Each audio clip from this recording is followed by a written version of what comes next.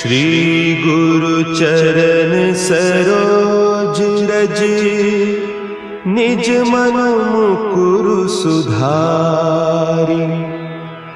बरनउँ रघुबर बिमल जसु, जो दायकु फल चारि। बुद्धिहीन तनु जानिके, सुमिरो पवन कुमार। बल बुद्धि विद्या देहु मोहि,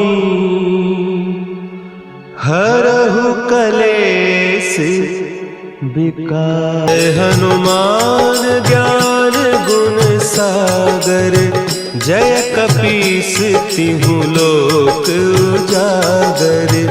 रामदूत अतुलित बल धामा, अंजनी पुत्र पवन सुत नामा। मैं जो विषय लेने जा रहा था, लेकिन जब मेरे संगीतज्ञ और मेरे छोटे भाई गजेंद्र गोस्वामी जी ने होली की तरंगे छेड़ दी, तो विषय भी मैं बदलने जा रहा हूँ। क्योंकि कल एक जगह कार्यक्रम था, वहां पर धर्मेंद्र बजाज जी और इनके साथ द्वारकानाथ जी और रमेश काबरा भी आए थे। वहां था भारत विकास परिषद का एक वार्षिक बैठक थी, जिसमें उनके 5 परिकल्प हैं। सामाजिक सेवा भी है, सहयोग भी है, संपर्क भी है, संस्कार भी है, समर्पण भी है। 5 इन परिकल्पों पे वो संगठन खड़ा है। तो कल मैंने विषय लिया था संस्कार, जो मेरा विषय चल रहा है पिछले 1 साल से। तो उस संस्कार में मेरी कोशिश होती है कि युवा पीढ़ी को कुछ ना कुछ नया दिया जाए, क्योंकि हम लोग एक मात्र औपचारिकता के बहुत कुछ करते हैं। जैसे हनुमान चालीसा का पाठ हम पढ़ रहे हैं, 5,82,000 पाठ हो चुके हैं, 237 स्थान पर हो चुके हैं और लगभग 42,000 से अधिक लोग जुड़ चुके हैं। लेकिन उसका परिणाम क्या निकला? क्या मैं कह सकता हूं कि यहाँ जितने भी युवा हैं उन्हें हनुमान चालीसा के महत्व का मालूम है? नहीं मालूम है, क्योंकि वो उसकी गहराई में नहीं जानते हैं। आज हमने होली की जो बात छेड़ी, अब इसके ऊपर भी मैंने स्वाध्याय किया कि क्या होली वास्तव में राधा कृष्ण तक सीमित है? क्या होली द्वापर तक सीमित है? लेकिन जब इतिहास के पन्नों को मैंने खोलकर देखा, होली का शुभारंभ हुआ था सतयुग से। सतयुग में कहते हैं कि भगवान शिव जी इतनी लंबी समाधि में, इतनी लंबी तपस्या में चले गए कि लाखों वर्ष तक वो ध्यानस्थ रहते थे। लेकिन एक राक्षस था और एक राक्षसी थी। राक्षस को वरदान था कि जब भी कभी भगवान शिव सती से विवाह करेंगे, उन दोनों के संगम से जो पुत्र पैदा होगा उसके द्वारा ही ये मारा जाएगा। और उस राक्षसी का नाम था ढोंडा। उसको वरदान था कि तेरे को कोई नहीं मार सकता, लेकिन अगर तू मरेगी तो बच्चों के माध्यम से मरेगी, नन्हे नन्हे बच्चों के माध्यम से मरेगी। तो इतिहास के पन्ने खोलने के बाद जब देखा कि देवताओं ने कामदेव को बुलाया और बुलाया कि जाकर के भगवान शिव की समाधि को भंग करो, क्योंकि यदि उन्होंने सती से विवाह नहीं किया और उनके संबंध से पुत्र की उत्पत्ति नहीं हुई तो ये राक्षस तो विध्वंसकारी जो काम कर रहा है करता रहेगा। कामदेव ने अपनी काम इच्छा से भगवान की शिव की समाधि को भंग किया, लेकिन क्रोध में आकर के भगवान शिव ने कामदेव को भस्म कर दिया। यद्यपि बाद में रति जो कामदेव की पत्नी है वो आकर के प्रभु से प्रार्थना करती कि प्रभु, देवताओं के हित में, राष्ट्र के हित में, विश्व के हित में मेरे पति ने आपकी तपस्या को भंग किया, इनमें इनका क्या कसूर है? देवताओं की आग्रह करने के बाद, प्रार्थना करने के बाद, उपासना करने के बाद उन्हें पुनर्जीवित भी किया गया। लेकिन उस दिन से जब भगवान शिव ने मां सती से विवाह किया, उस दिन से होली का शुभारंभ हुआ था। ये इतिहास के पन्ने आपने खोल के देखे नहीं है। और उस दिन काम वासना को भस्म करने का दिन है। हमारी इच्छाओं का, हमारे लोभ का, हमारे लालच का, हमारी लालसा को खत्म करने का दिन होली का है। ना केवल मात्र रंग और फूल के माध्यम से होली खेलना है। इसी प्रकार उसी दिन जब होली मनाई गई, नन्हे नन्हे बच्चों ने जब रंग के माध्यम से, उन बच्चों ने खेल खेल में उस राक्षसी को मार दिया, क्योंकि उसको वरदान था तुम्हें कोई नहीं मारेगा, बच्चों के माध्यम से तू मर जाएगी। तो उस समय के विध्वंसकारी जो राक्षस, आज भी समाज के अंदर राक्षस हैं और राक्षसियां भी हैं, हर समाज में है। जो काम गलत करता है, जिसके मन में कुमति है, वो राक्षस प्रवृत्ति का आदमी है। जो समाज के लिए गलत करता है, दूसरों के लिए प्रतियोगिता करता है, प्रतिद्वंदी समझता है, वो राक्षस है। आचरण से जो राक्षस है वो राक्षस ही है। इस प्रकार होली का जो शुभारंभ हुआ था वो सतयुग से हुआ। बाद में आपने सुना होगा होली खेलत रघुवीरा अवध में, इसका मतलब अवध में भी होली खेली गई। और द्वापर में राधा कृष्ण की होली, और बरसाने की होली, वृंदावन की, गोकुल की, नंदगांव की, लठमार होली, ये होली के जितने भी त्योहार हैं, ये खुशी के त्योहार मनाने से पूर्व हमारे को अपने बच्चों को उनके महत्व को बताना चाहिए कि होली क्यों मनाई जाती है। फूल से आज समय बदल गया है, पहले पानी की कमी नहीं थी, आज पानी की, बेंगलोर में जाके देखो लोगों को नहाने के लिए पानी नहीं मिल रहा है, कुछ एक ऐसे क्षेत्र है। तो इस वजह से पर्यावरण को संतुलित रखने के लिए और वातावरण को देखते हुए कहा गया कि या तो गुलाल, आजकल केमिकल के गुलाल आ रहे हैं, लोगों की स्किन, फेस खराब हो रहे हैं, आंखें खराब हो रही हैं, तो इस वजह से प्राय कहा जाता है कि होली को होली की तरह मनाया जाए, ना कि उर्दंग तरीके से। क्योंकि जिस काम को करने से समाज के अंदर भ्रातृत्व पैदा हो, सौहार्द पैदा हो, वो काम करना चाहिए।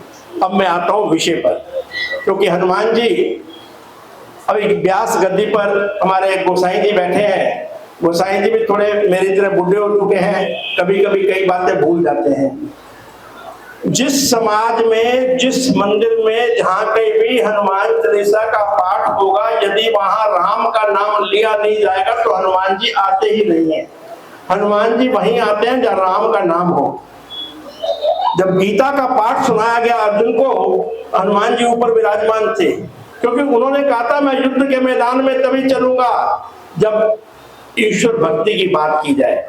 महाभारत के दौरान अर्जुन को गीता सुनाई गई थी, वो अर्जुन के लिए नहीं थी, हनुमान के लिए थी, क्योंकि उन्हें राम नाम चाहिए, उनकी कमजोरी है। तुलसीदास को राम तो मिल गए लेकिन पहचान नहीं पाए। चित्रकूट के घाट पर मंदाकिनी गंगा के किनारे एक लल्ला के रूप में आकर के बोलते हैं, हे बाबा तुलसी थोड़ा चंदन दे दो। उदासीनता में बैठे हैं, उसे कहते हैं दूर जा, मेरी आंखों में अश्रु धारा है, मैं अपने प्रभु की, अपने इष्ट देव की प्रतिष्ठा कर रहा हूं, न जाने कौन से जन्म में मुझे मिलेंगे, मुझसे कुछ मत मांग, थोड़े से बाबा मेरे को चंदन दे दे। तो उस समय भी हनुमान जी ने आकर के तोते के रूप में, ये इतिहास के अंदर लिखा हुआ है, तोते के रूप में आकर के राम को इशारा किया, हनुमान को इशारा किया कि यही तेरे इष्ट हैं। चित्रकूट के घाट पर भाईबंद संतन की भीड़, तुलसीदास चंदन घिसे तिलक कर रघुवीर, ये जगह लिखा हुआ है। तो प्रभु को पाने के लिए आपको कोई सहारा, मंदिर में आए हो, पंडित जी के माध्यम से आप जा रहे हो अंदर, मैं भी गया हूं तो पंडित जी ने मुझे आज्ञा दी अंदर आने के लिए, तब गया हूं। ऐसे ही राम द्वारे तुम रखवारे, यदि आपने राम की कृपा को पाना है तो आपको राम को पाने के लिए हनुमान की शरण में जाना होगा। एक अच्छी कहानी है, मैंने सुनी थी, व्यास गद्दी पे गोसाई जी बैठे। आपको मालूम है जो व्यास पर बैठा होता है वो किसका रूप होता है? विष्णु का रूप होता है। इस समय गोसाई जी विष्णु रूप में बैठे हैं। क्यों? एक कथा के अंदर बार बार वो हमारे जो व्यास के ऊपर ब्राह्मण बैठे थे, कह रहे अशोक वाटिका का दृश्य समझा रहे थे कि कितनी सुंदर अशोक वाटिका। एक अशोक वृक्ष था, उसके नीचे मां सीता विराजमान है और वहां कौन बैठा है? मां सीता बैठी है, साथ में त्रिजटा बैठी है, 3 चोटियों वाली त्रिजटा नाम राक्षसी है का। और वहां पर श्वेत रंग के, सफेद रंग के पुष्प फूल खिल रहे हैं। हनुमान जी वहां, जहां कथा होगी राम के, हनुमान जी अवश्य मिलेंगे।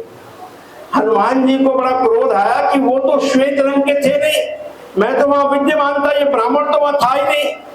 हनुमान जी अपने रूप में खड़े हो गए, बोलते ब्राह्मण देवता गलत व्याख्यान मत दो, व्यास के माध्यम से जो आप बोलोगे लोग वही मानेंगे। श्वेत पुष्प नहीं थे, वो तो इस रंग के, भगवे रंग के फूल थे। उन्होंने बोला मैं व्यास के ऊपर बैठा हूं, जो मैंने ग्रंथों के अंदर पढ़ा है मैं वही बोलूंगा। अब देखो यहाँ भक्ति की प्रकाष्ठा की बात हो रही है। यदि आपने अच्छे कर्म किए हैं तो आपको कैसे ईश्वर की प्राप्ति होती है, ईश्वर के दर्शन होते हैं, उसका एक तुरंत उदाहरण देने जा रहा हूं।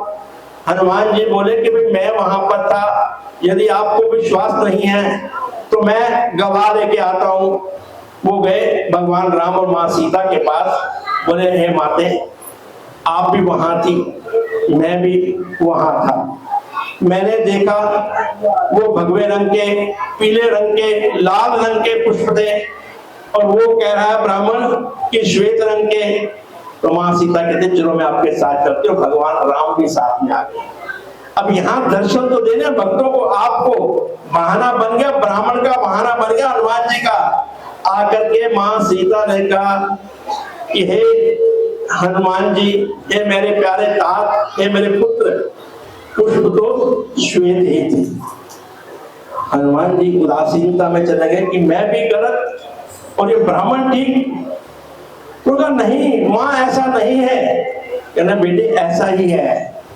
कारण ये है कि जब तुमने मेरी अवस्था को देखा, पुष्प वाटिका के अंदर मुझे बैठे हुए मेरी अवस्था को देखा, आपकी आंखों में क्रोध की अग्नि जल के आ गई, जिसके कारण आपको सब लाल ही लाल नजर आ रहा था पुष्प तो भगत को दिखाने के लिए प्रभु किसी भी हद तक जा सकते हैं।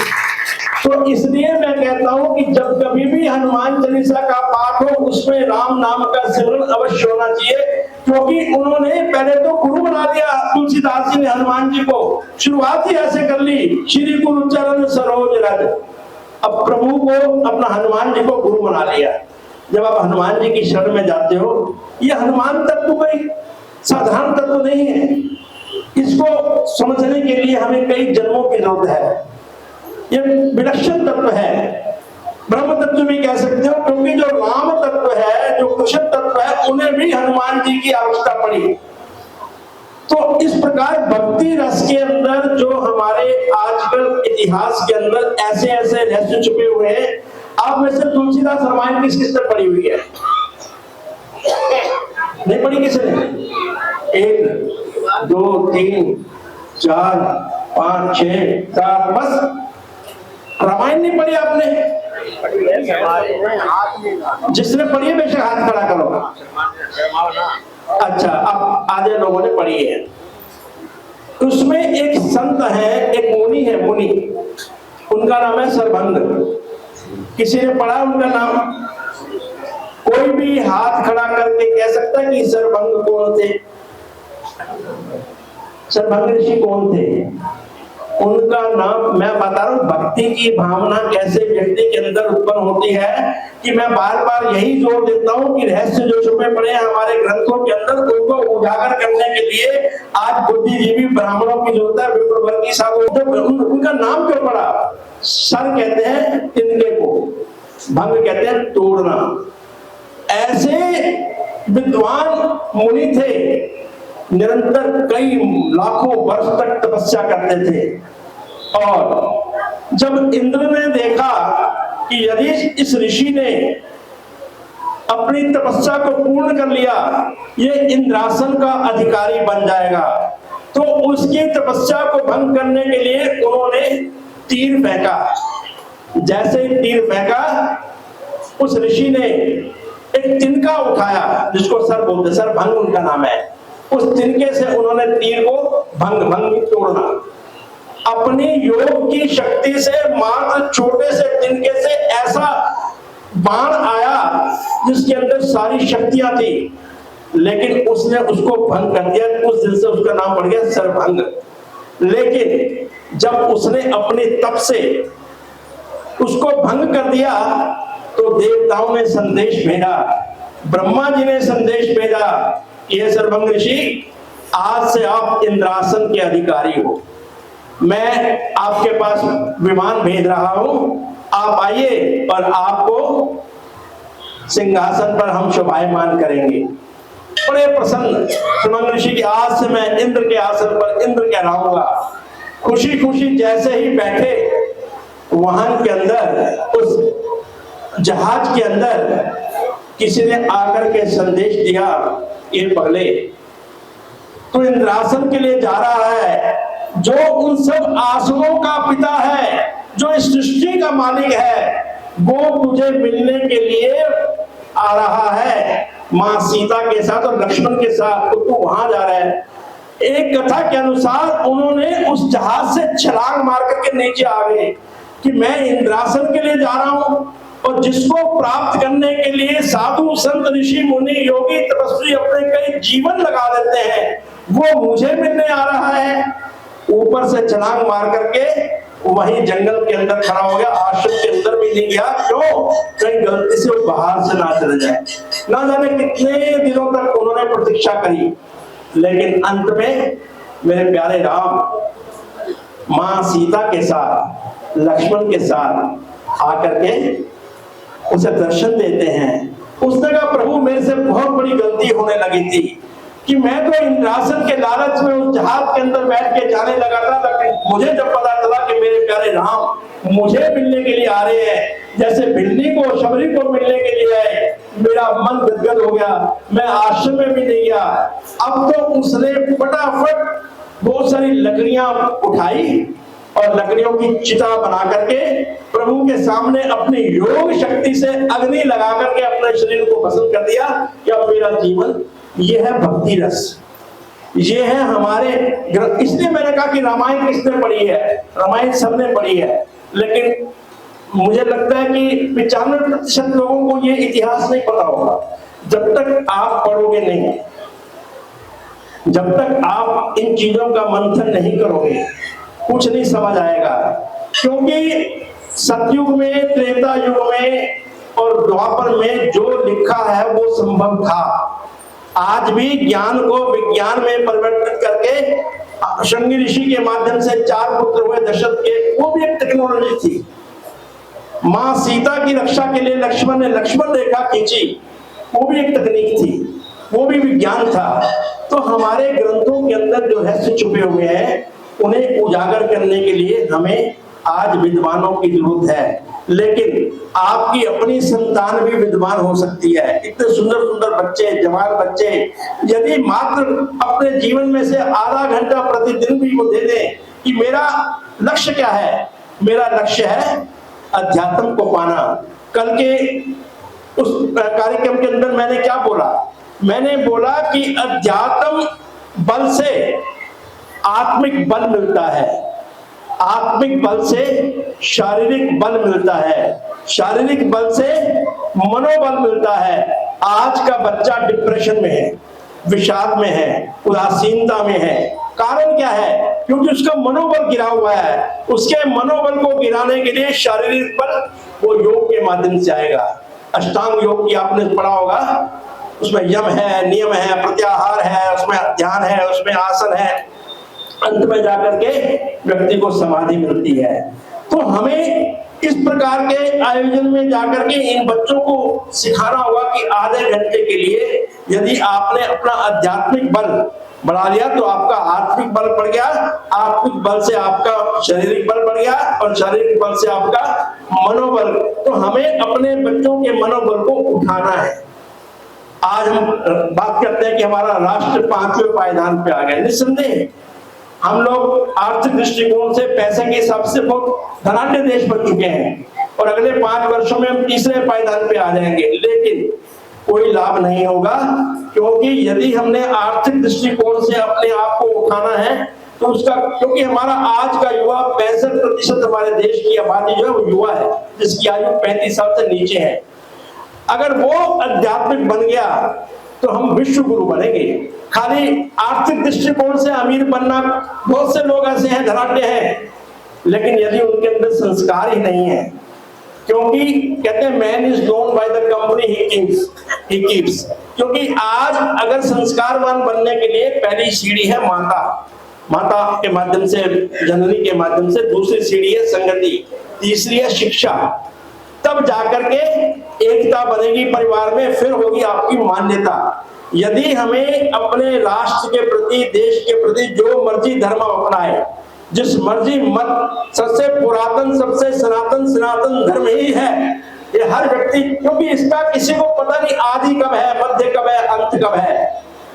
ऐसे ही वेदों के बारे में भी कहा जाता है, नहीं तब आदि मध्य अवसाना, अमित प्रभाव वेद नहीं जाना। वेदों को भी नहीं मालूम, लेकिन हमें इतना तो पता है कि पुरातन है, सनातन है, उसके अंदर जितने भी ग्रंथ है, 108 उपनिषद, 4 वेद, 6 शास्त्र, 18 पुराण, इनको पढ़ने के लिए, समझने के लिए, मंथन के लिए कई जन्मों की जरूरत है। लेकिन एक ग्रंथ का भी सहारा ले ले, संत तुलसीदास जी ने ये जो रामचरितमानस रची थी, लगभग 2 साल 7 महीने और 26 दिन के अंदर उसकी रचना की थी।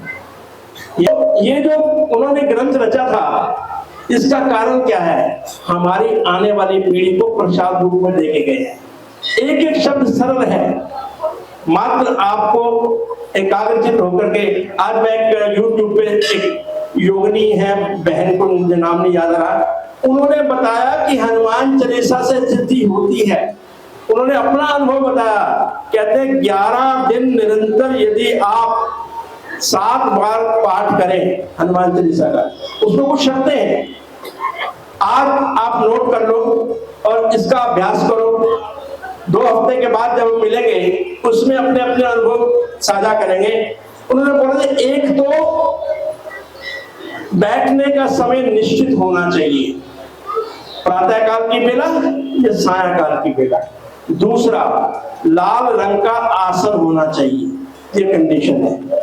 तीसरा, एक ही स्थान होना चाहिए। चौथा, सिद्ध आसन होना चाहिए। सिद्ध आसन का मतलब है कि आपने हिलना नहीं है, एक बार बैठ गए। पांचवा, तांबे के बर्तन में शुद्ध जल लेकर के या गंगा जल लेकर के उसमें कोई भी एक सिक्का डाल, और अगर गंगा जल है तो उसकी कुछ बूंदे डालकर उसको ढक दें। 11 दिन तक आपने उस कलश को खोलना नहीं है, वो वहीं एक ही स्थान पे रहेगा।